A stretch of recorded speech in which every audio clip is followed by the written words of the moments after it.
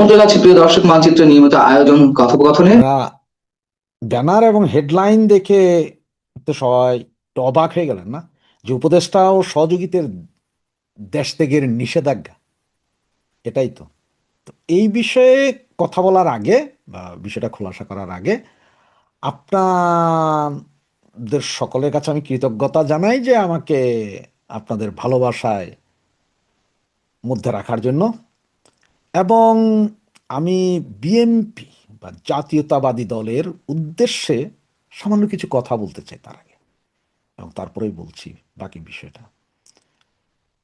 বিএনপির যারা আছেন এই মুহূর্তে, আপনার ছাত্রদল, যুবদল, বিএনপির নেতা কর্মী যারা আছেন, তারা দেখেন আপনারা অনেক কিছুই করেছেন, আওয়ামী লীগের উপর অনেক নির্যাতন অত্যাচার করেছেন। সেই ক্ষেত্রে আপনাদেরও একটা ইয়ে আছে যে ভাই আওয়ামী লীগের 17 বছর করেছে তাই আমরা করেছি, সব ঠিক আছে। এটাতে আমি খুব একটা মাইন্ড করি নেই। তো আপনারা করেছেন, তবে সবচেয়ে মজার বিষয় কি জানেন, আপনারা যতটুকু না করেছেন তার চাইতে আপনাদেরকে পেছন থেকে ইন্ধন দিয়ে জামাত এনসিপি, মানে জামাত এবং এনসিপি এখানে কোনো পার্থক্য নেই, দুইটাই এক, দুইটাই একই সাপ একই বিষ। এরাই আপনাদের করিয়েছে, আর আপনাদেরকে এরা করিয়ে আপনারা যখন করতে গেছেন তখন পেছন থেকে আপনাদের ভিডিও ফুটেজগুলোই তুলে আমাদের কাছে পাঠিয়ে দিয়েছে জামাত এনসিপির লোকেরাই, দিয়ে দেওয়ার পরে এখন আমরা আপনাদেরকে প্রচার চালিয়েছি, আমরা আপনাদের উপর খেপেছি। এছাড়া বট বাহিনীও আপনাদের বিভিন্ন কর্মকাণ্ডে আপনাদেরকে উৎসাহ দিয়ে আপনাদের দ্বারা করিয়ে ওইটা করে ফেসবুক পত্রিকা মত্রিকায় সয়লাভ করেছে। সেটাতে বদনামী হয়েছেন কারা? আপনারা। হ্যাঁ, দুই একটা কাজ যে আপনারা একেবারে নিজস্ব ইচ্ছায় করেননি তা না, তবে এটার সূত্রপাত এই জামাতি এবং এনসিপি আলারাই করেছে, এবং আপনারা সেখানে গিয়ে পড়েছেন। সুতরাং এই অবস্থায় এই মুহূর্তে, মানে গতকাল 13 তারিখ গেল, 13 তারিখ, আজকে 14 তারিখ, কালকে 15 তারিখ রোববার, সম্ভবত 16-17 তারিখ, তার মানে আপনাদের সরকার গঠিত হওয়ার আগ পর্যন্ত বা জনাব তারেক রহমান শপথ নেওয়ার আগ পর্যন্ত, প্রধানমন্ত্রী হওয়ার আগ পর্যন্ত এই সময়টায় কার্যত একরকম কোনো সরকারই নেই। হ্যাঁ, আপনারা তো বলতে হবে কেন ভাই ইন্ট্রিম আছে না? হ্যাঁ ভাই ইন্ট্রিম আছে। এটা কাহিনীটা হচ্ছে কি জানেন, আপনাদের একটা কথা স্মরণ করে দিই। 5 থেকে 9 তারিখ পর্যন্ত, 5ই আগস্ট 2024, 5ই আগস্ট থেকে 9 তারিখ পর্যন্ত যা কিছু করেছিল সমন্বয়করা, লুটপাট, চাঁদাবাজি, ধান্দাবাজি যা করেছিল, সেটার জন্য বলেছে তখন কোনো সরকার ছিল না, সুতরাং এটা কোনো মামলা নাই, কিচ্ছু নাই, প্রমাণ নাই, সাক্ষী নেই, এই অবস্থা। এইটার দায় দায়িত্ব কেউ নেয়নি। ঠিক তেমনি এখন আপনারা শপথ নেওয়ার আগ পর্যন্ত যত যাই কিছুই ঘটবে তার দায় দায়িত্ব আপনাদের উপর বর্তমানে, এটা 100% গ্যারান্টি দিই, কারণ আপনাদের সরকারই না, সরকার তো ইউনুস।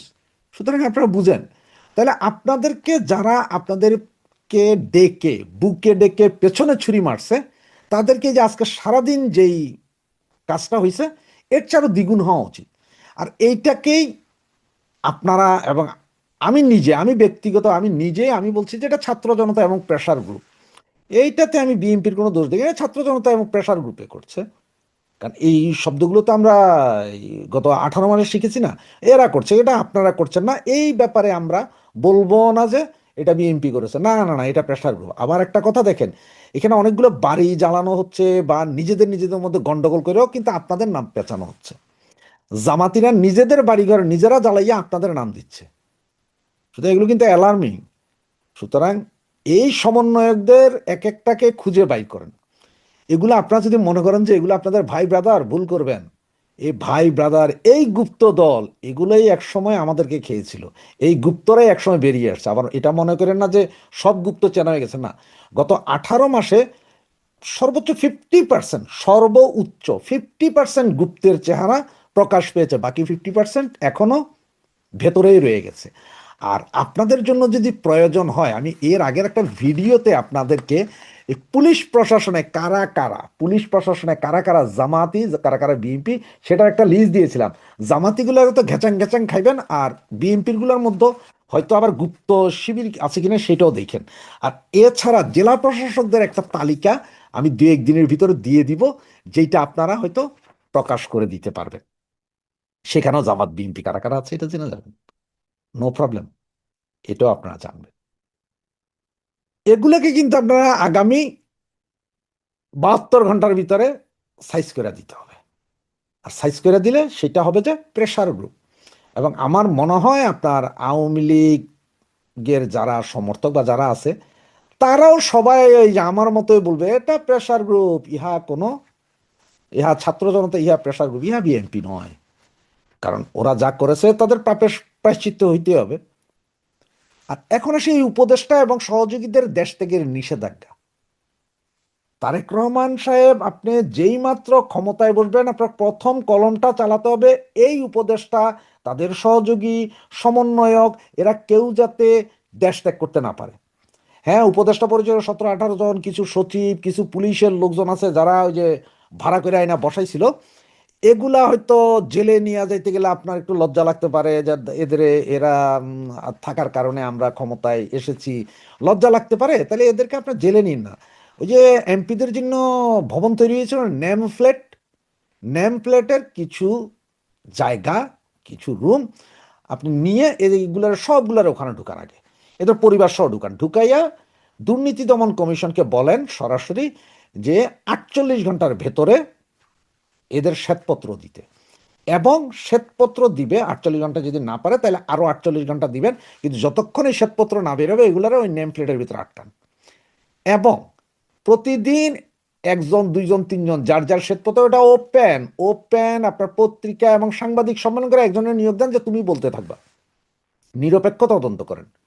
এতে একটা লাভ হবে কি জানেন, এই যে আপনার বা আপনার দলের বিরুদ্ধে অতীতের যে দুর্নীতির কথা বলা হয়, এখনকার যে চাঁদাবাজির কথা বলা হয়, এগুলো সব মানুষ ভুলে যাবে। কারণ আপনি যদি এই একটা জায়গায় যদি এই খেলাটা দেখাইতে পারেন আপনার জন্য হাজার গুণ লাভ। সুতরাং এদেরটা করেন। তার কারণ কি জানেন, গত 18 মাসে এরা যেই পরিমাণ দুর্নীতি করেছে, এটা পেপার পত্রিকাতে আসছে, বিভিন্ন টক শোতে বলছে যে বিগত আওয়ামী লীগ আমলের 100 বছর না, সেটা আপনাদের আমলেরটাও যদি হিসাব করে সব মিলিয়েও যা হয়েছে তার চেয়ে বেশি দুর্নীতি 18 বছরে, এই 18 মাসে হয়ে গেছে। এবং এই 18 মাসে এরা যে দুর্নীতি করছে এইটার জন্য আগে ধরেন। এবং এটা যদি না করতে পারেন আপনার জন্য বিপদ আছে। কারণ হচ্ছে এই যে যে চুক্তিগুলো নন ডিসক্লোজার যে চুক্তিগুলো করে আসছেন ওনারা, এইটা এখন আপনার মানবেন, মানতে হবে। এই যখন পরিস্থিতি, তখন আপনি দেশের মানুষকে কিভাবে বুঝাবেন? এই যে আপনারা যখন বলবে যে ভাই গ্যাসের দাম বৃদ্ধি কেন, এই এলএনজি কার জামাইয়ের তৎপরতায় এই এলএনজির কাহিনী ঘটলো, কে কত টাকায়, আমাদের যেখানে বিমানের দরকার না আপনি নিজেই জানেন যে লন্ডন থেকে যখন বিমানগুলো যায় তখন 50%-এর উপর সিট খালি থাকে, কিন্তু আমরা বিমানের টিকিট পাই না। টিকিটের দাম দেখানো হয় 3,000, 2,500, 2,000, টিকিট নাই, কিন্তু যাইতে খালি যায়। তো পৃথিবীর বিভিন্ন দেশ থেকে খালি যায়, মিডল ইস্ট ছাড়া। সুতরাং এই যে খালি যায় এর ভিতরে আবার এতগুলো বিমান, কি কারণে, কি চুক্তিতে? এই যে বন্দর দিব, ওই দিব, সেই দিব, এগুলা বলতেছে, চুক্তি করে আসছে, এগুলো সবগুলোর দায় কিন্তু আপনার ঘাড়ে, প্রচন্ড দেনা আপনার ঘাড়ে। 18 মাসে যে ঋণ সরকার করেছে, এই সরকার যে ঋণ করেছে এই ইন্ট্রিম গভর্নমেন্ট, তাতে কি হয়েছে জানেন, এই ইন্ট্রিম গভর্নমেন্টের এই ঋণ পুরোটা আপনার ঘাড়ে। তারা 2বার টাকা ছাপিয়েছে, এরপর তো ঋণের পর ঋণ নিয়েছে। সুতরাং এরা যতই 2, 4, 6 আপনাদের বুঝাক, ওইটা বুঝেন না। 7, 5, 14, 2 টিয়া 9, ওই হিসাব করছে এরা। এগুলো সবগুলার আটকান, এক টাকাও বাইরে যায়। এবং এর মধ্যে যে 3-4 জন যারা সমন্বয়ক, যারা এমপি হয়েছে, তাদেরও আটকায় ফেলান, কোনো সমস্যা নাই। দেখবেন বাংলাদেশের মানুষ আপনাদের এই সমর্থন করে, আপনাদেরকে সমর্থন করবে, কথাটা মানেন, আপনাদের এই সমর্থন করবে। এদের সবগুলার আটকায়া প্রথমে তদন্ত করেন, আসলে প্রকৃত তদন্ত করেন, যে দুর্নীতি করে না তারা ছেড়ে দেন, আর যে বেটা করছে তারে আটকান, ঢুকান। কিসের নোবেল প্রাইজ আর কিসের ইয়ে, এই শফিক মফিক নোবেল ইনুস মিনুস যা আছে, লামিয়া মোর্শেদ ফোর্শেদ যা আছে সবগুলো ঢুকান। এদের কার কত সম্পদ, এই যে রিজওয়ানা মহিলা ক্লাবের নাম দিয়া 2.5 কাঠার জমি দখল করছে, এগুলো সবগুলার ঢুকাই ফেলেন, সবগুলার আটকান। সুতরাং উপদেষ্টা ও সহযোগীদের এবং টোটাল সমন্বয়ক এবং যারা যারা সমন্বয়কদের সাথে ছিল সবগুলারে ঘাটাঘাট আটকায়া ফেলান, আটকায়া এদের তদন্ত করেন।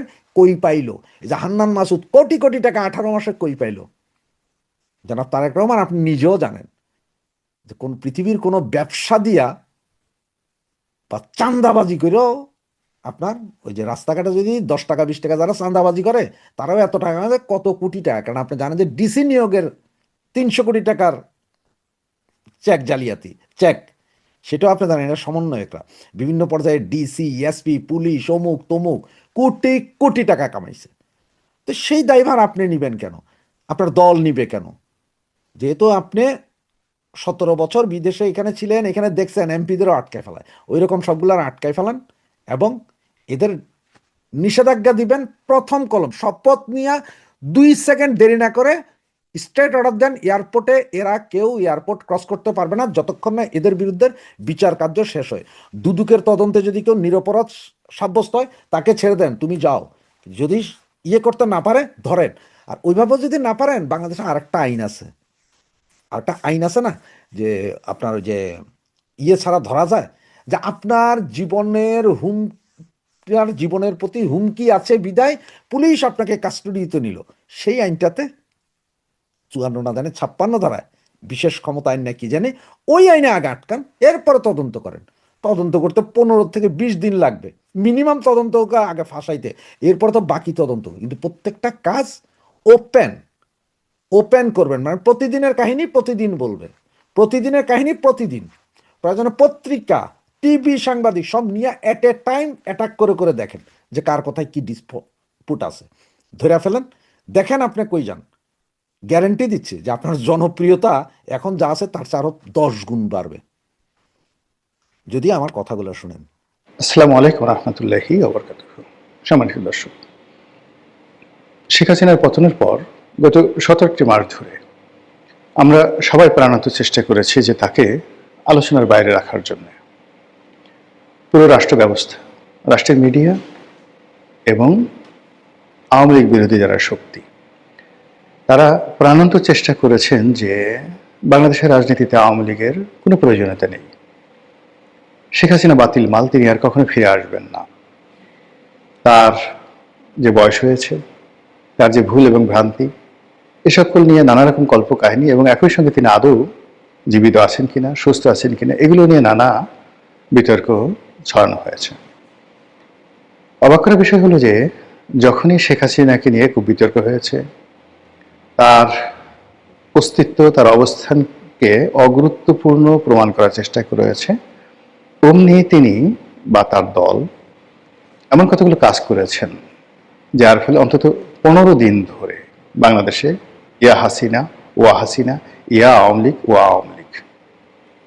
রয়টার্সের সাথে তার সাক্ষাৎকার, বিভিন্ন আন্তর্জাতিক গণমাধ্যমে তার সাক্ষাৎকার, তার দলীয় নেতাকর্মীদের সাক্ষাৎকার, সজীব ওয়াজেদ জয়ের সাক্ষাৎকার, তাকে মেনশন করে, তার নাম মেনশন করে ভারতের পররাষ্ট্রমন্ত্রী, পররাষ্ট্র সচিব, স্বয়ং নরেন্দ্র মোদী যেভাবে কথা বলেছেন, এতে করে বোঝা যায় যে বাংলাদেশের প্রধানমন্ত্রী থাকা অবস্থায় শেখ হাসিনাকে ভারত যতটা গুরুত্ব দিত, এখন ক্ষমতাচ্যুত এবং ভারতে আশ্রিত প্রধানমন্ত্রী, সাবেক প্রধানমন্ত্রী শেখ হাসিনা ভারতের কাছে তার সাথে বেশি গুরুত্বপূর্ণ। কেন? প্রথম কারণ হলো যে এটা ভারতের ইজ্জত কা সওয়াল। যেমন দেখা গেল যে আমার সঙ্গে যে কোনো একটা লোকের বিরোধিতা হলো এবং আমি সরাসরি তার সঙ্গে বিরোধিতা করতে গিয়ে পরাজিত হলাম, লাঞ্ছিত হলাম, অপমানিত হলাম, সেটা এক ধরনের বিষয়। কিন্তু যদি এমন ঘটনা ঘটে যে আমার সঙ্গে কারো বিরোধিতা আছে, সেখানে আমি না গিয়ে আমার সন্তানকে পাঠালাম, আমার প্রতিনিধিকে পাঠালাম, এবং সেখানে আমার সেই প্রতিনিধির সঙ্গে খারাপ আচরণ করা হলো, সেক্ষেত্রে যুদ্ধ বেঁধে যাওয়ার মতো ঘটনা ঘটে। তো ভারতের সঙ্গে বাংলাদেশের যে সম্পর্ক, এই পর্যায়ে এই সম্পর্কের মধ্যে শেখ হাসিনা যখন একটা ইস্যু হয়ে গেছে, এখন শেখ হাসিনার ইজ্জত, শেখ হাসিনার বেঁচে থাকা কিংবা তার মরে যাওয়া, সবকিছুর উপর কিন্তু ভারতের যাকে বলা হয় সফলতা, ব্যর্থতা, এবং বাংলাদেশের সঙ্গে ভারতের যে সম্পর্ক, এই সম্পর্কের যাকে বলা হয় স্থায়িত্ব নির্ভর করবে। যেমন ধরুন, এত কিছুর পরেও আমেরিকা কেন ভেনেজুয়েলার প্রেসিডেন্টকে ধরে নিয়ে আসলো? এত কিছুর পরেও তারা লিবিয়াকে তছনছ করে দেওয়ার পরেও কেন লিবিয়াতে মার্কিন উপস্থিতি এখনো প্রবল? যুদ্ধরত পক্ষগুলোকে কেন দুই হাত করে টাকা দিচ্ছে? শক্তিশালী রাষ্ট্রগুলোর এক নম্বর অস্ত্র হলো তারা যে শক্তিশালী এটা প্রমাণ করা। দুই নম্বর হলো তারা যেটা চায় সেটা তারা করতে পারে। তিন নম্বর হলো যে তারা কথা দিয়ে কথা রাখে এবং যাকে তারা আশ্রয় দেয় শেষ পর্যন্ত তাদের সঙ্গে তারা থাকে। আপনি চিন্তা করুন যে সেই 40-এর দশক থেকে ইরানের রাজনীতিতে রেজা শাহ পাহলভির সঙ্গে বা এই পরিবারের সঙ্গে আমেরিকার যে সম্পর্কটি, সেই সম্পর্কটি এখনো চলমান। যে রেজা শাহ পাহলভিকে হটিয়ে ইরানে বিপ্লব ঘটানো হয়েছিল, সেই রেজা শাহ পাহলভির বাবার সঙ্গে তাদের সম্পর্ক ছিল। পরবর্তীতে রেজা শাহ পাহলভির সঙ্গে সম্পর্ক হয়েছে। রেজা শাহ পাহলভি একবার ক্ষমতাচ্যুত হয়েছেন, আমেরিকাতে আশ্রয় নিয়েছে। আমেরিকা আবার তাকে কাউন্টার কু ঘটিয়ে তাকে ক্ষমতায় বসিয়েছে। এরপর দীর্ঘকাল তিনি ক্ষমতায় ছিলেন। 1979 সনে তিনি আবার ক্ষমতাচ্যুত হন। তার পরিবারকে আশ্রয় দেয় এবং তার সন্তান রেজা শাহ পাহলভির সন্তানকে আবার ক্ষমতায় বসানোর জন্য বিলিয়ন বিলিয়ন ডলার আমেরিকা খরচ করছে। এটাই হলো সাম্রাজ্যবাদী শক্তির একটা ইতিহাস। অতীতের একটা খুব বিখ্যাত ঘটনা বলি। যেমন ভারতের সম্রাট বাবরের পুত্র হুমায়ুন, তিনি শের শাহের কাছে পরাজিত হয়ে পারস্যে আশ্রয় গ্রহণ করলেন। পারস্যের সঙ্গে কিন্তু তখনও ভারতের ওইরকম কোনো বন্ধুত্ব বা এরকম স্বার্থ ছিল না। একসময় পারস্যের নাদির শাহ পরবর্তীতে বাংলাদেশ ভারত আক্রমণ করে তিনি এখান থেকে সেই ময়ূরসিংহাসন নিয়ে গিয়েছিলেন, সেটা পরের ব্যাপার। কিন্তু ওই যে মুঘল জমানার ওই সময়টাতে দিল্লির সঙ্গে আসলে পারস্যের কোনো সম্পর্ক ছিল না। কিন্তু পারস্যের যে সমস্যাটা ছিল আফগানিস্তানের সঙ্গে, আফগানিস্তানের কান্দাহার এবং অন্যান্য যে এলাকা, কাবুল, কান্দাহার, এই পুরো আফগানিস্তানের শাসনভার ছিল বাবরের আর এক সন্তান মির্জা হিন্দালের উপরে। তো হুমায়ুন যখন সেই পারস্যে আশ্রয় নিতে চাইলেন, তখন তার প্রথম শর্ত ছিল যে আপনি সবার আগে কাবুল দখল করবেন এবং কাবুল দখল করার পরে কাবুলে যে সরকার গঠন করবেন তার সঙ্গে আমার একটা বন্ধুত্বপূর্ণ সম্পর্ক থাকতে হবে, যেটা হিন্দালের সঙ্গে নেই। দ্বিতীয়ত হলো যে আমার যে সৈন্যবাহিনী সেটা নিয়ে আপনি ভারতবর্ষ আক্রমণ করবেন। এবং এই শর্তে দেখুন সেই পারস্যের যে সম্রাট তিনি দীর্ঘকাল হুমায়ুনকে আশ্রয় দিলেন এবং সেই তাদের সাহায্য নিয়ে হুমায়ুন আবার ভারতবর্ষ পুনরুদ্ধার করলেন বহু বছর পরে। আর সেই সাম্রাজ্য প্রায় 300 বছর ভারত শাসন করল। এই হলো সাম্রাজ্যবাদী শক্তিদের একটা, যাকে বলা হয়, ইতিহাস। পিতা পরাজিত হয়, সন্তান সেটা সেই লিগাসি ধারণ করে। এক রাজা যেমন পারস্য সম্রাট দারায়ুস, সাইরাস। তো সাইরাস ব্যাবিলন সম্পর্কে যে সিদ্ধান্ত নিয়েছিলেন, তারপর গ্রিস সম্পর্কে যে সিদ্ধান্ত নিয়েছিলেন, পরবর্তীতে তার উত্তরসূরি, তার আত্মীয় এবং মেয়ের জামাই দারায়ুস, তিনি সেই যুদ্ধগুলো চালিয়ে নিয়ে গেলেন, কিন্তু তিনি পারেননি। পরবর্তীতে তার ছেলে জার্কশেস, তিনি সেটা সফল হলেন।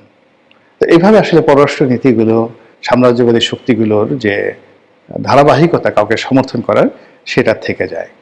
তো ভারত যেহেতু এখন এই এশিয়াতে একটা সাম্রাজ্যবাদী শক্তি, সেই সাম্রাজ্যবাদী শক্তি শেখ হাসিনাকে আশ্রয় দিয়েছে বুঝে শুনে এবং চিন্তা ভাবনা করে। আর এখন তাকে যেভাবে তারা আশ্রয় দিয়েছে, যেভাবে তারা প্রোটোকল দিচ্ছে, যেভাবে তার পিছনে বিনিয়োগ করছে, এটা কেবলমাত্র শেখ হাসিনাতে থেমে থাকবে না। এটি আওয়ামী লীগের অন্যান্য নেতা, আওয়ামী লীগের সংগঠন, শেখ হাসিনার পরবর্তী বংশধর, সবার প্রতি এই জিনিসটা চলতে থাকবে যতদিন পর্যন্ত বাংলাদেশে তাদের স্বার্থ থাকবে, সংশ্লিষ্ট থাকবে। তারা কোনো অবস্থাতেই তাদের এই আশীর্বাদ, আওয়ামী লীগের উপর থেকে আশীর্বাদ তারা তুলে নেবে না।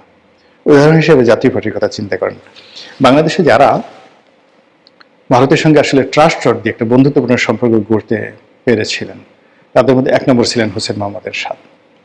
তো ভারত যখন দেখলো যে হোসেন মোহাম্মদ এরশাদকে আসলে ক্ষমতায় রাখা যাচ্ছে না, কিন্তু তারা কিন্তু হোসেন মোহাম্মদ এরশাদকে ছেড়ে দেয়নি এবং 1991-এ তারা বিএনপি সরকারের সাথে প্রাণান্ত চেষ্টা করেছে হোসেন মোহাম্মদ এরশাদকে একটা রিল্যাক্স দেওয়ার জন্য। তো ব্যক্তি হোসেন মোহাম্মদ এরশাদের প্রতি বেগম জিয়ার একটা ক্ষোভ ছিল, ক্রোধ ছিল। এই কারণে তাকে কারামুক্ত করা যায়নি, কিন্তু জাতীয় পার্টিকে রাজনীতি করার জন্য কিন্তু ভারত একটা স্পেস করে দিয়েছিল, এবং ওটা আজকের দিন পর্যন্ত অব্যাহত আছে। এমনকি যে এই নির্বাচনে জাতীয় পার্টি যে অংশগ্রহণ করলো, এটা তো মূলত ভারতের নির্দেশে অন টেস্ট কেস করেছে। তারা জানে যে ফলাফল এরকমই হবে, যে ফলাফল হয়েছে এটা এরকমই হবে, এটা ভারতও জানে, জাতীয় পার্টিও জানে। কিন্তু রংপুরের মতো জায়গাতে জাতীয় পার্টি একটা সিট পাবে না, এটা ভবিষ্যতে যখন বাজানো হবে তখন এই পুরো নির্বাচনের যে ইঞ্জিনিয়ারিং নিয়ে যে কথাবার্তা হচ্ছে, সেই ইঞ্জিনিয়ারিংগুলো নিয়ে প্রচুর আগামীতে কথাবার্তা হবে, এবং এটার জন্য ইঞ্জিনিয়ারিং যারা নায়ক মহানায়ক তাদেরকে কিন্তু যথেষ্ট বেগ পোহাতে হবে।